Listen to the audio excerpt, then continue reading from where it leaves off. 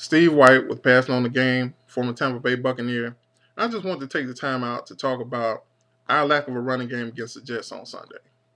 Now, I know you're going to hear from our local sports media and the national sports media that the problem was our offensive line, that they're just not getting the job done, they're not very good. What happened to the offensive line we heard about in the preseason?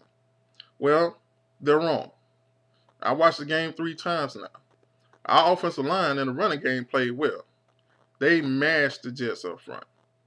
The problem was our tight ends couldn't block any of their defensive ends or outside linebackers.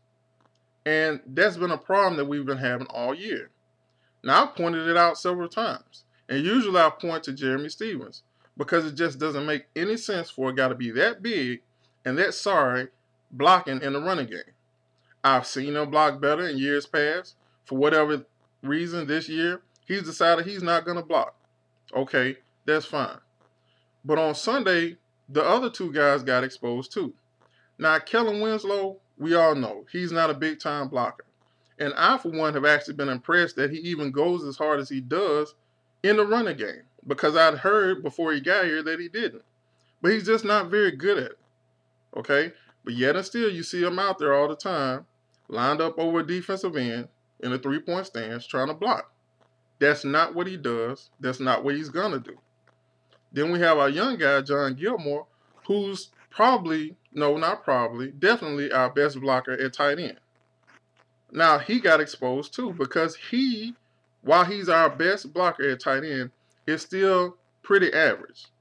And when you got an average guy going against Calvin Pace, you're going to have problems.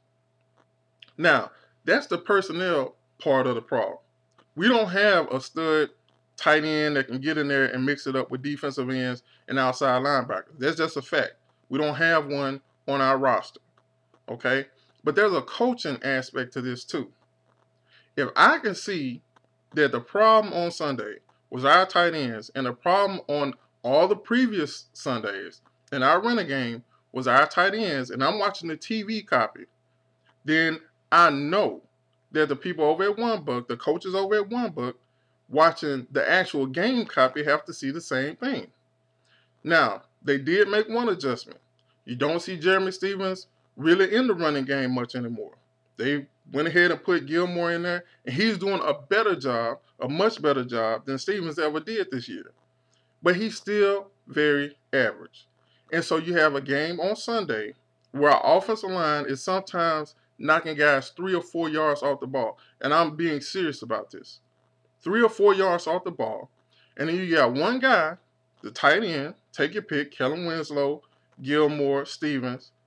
One guy getting beat by their outside linebacker or defensive end, and he's blowing up the play in the backfield. There are very few times that we got the defensive end block. We got 3, 4, 5 yards. But those times were very few and far in between on Sunday. Now, as a coach, you see this every Sunday. So you have to make adjustments. Okay, let me throw out a few adjustments that I think you can make. How about putting in your backup offensive tackle, let's say DeMar Dodson, and let him be the tight end? And I'm not talking about on goal line. I'm talking about in the middle of the field. Okay? You don't have to take Kellen Winslow off the field. You leave him in, put him in at the slot. Take your fullback out. You still have the ability to throw the ball down the field with 3 wide receivers essentially, but you can run the ball now. Okay? You're not wasting 5 other guys' blocks because one guy can't block a defensive end over his nose. Now, to me, that's not really a radical thought or adjustment. That's something that makes sense. You don't have anybody on your roster who can block other than your backup offensive tackle. Use him. Okay? Let's say you don't want to do that. Well, then how about let's do to other teams what we see offenses doing to our defense.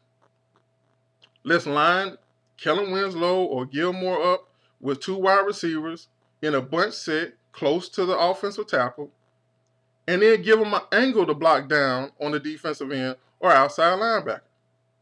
That gives us fits every Sunday. It gives any 4-3 team or 3-4 team that has a down defensive end fits because it's hard to play off of that guy. For one, you don't know if he's even blocking down on you. It might be a pass, so you got to get upfield in a pass rush. And then you're still trying to feel behind you to see if this guy's coming down to knock your block off.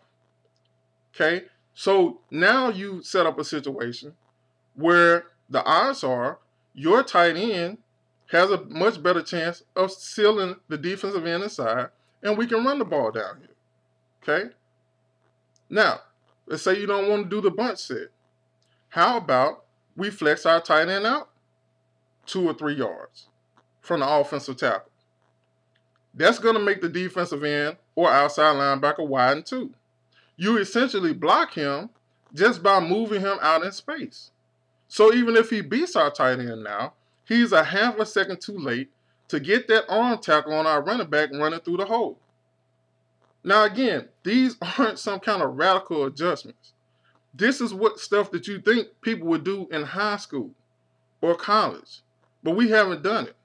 The only adjustment we've made so far is to put Gilmore in, and while I like the guy and he goes hard, and I think eventually he'll be the kind of blocker we need, he's not that now. And so, like I said, you're wasting 5 guys blocked because one guy gets his ass kicked in the running game.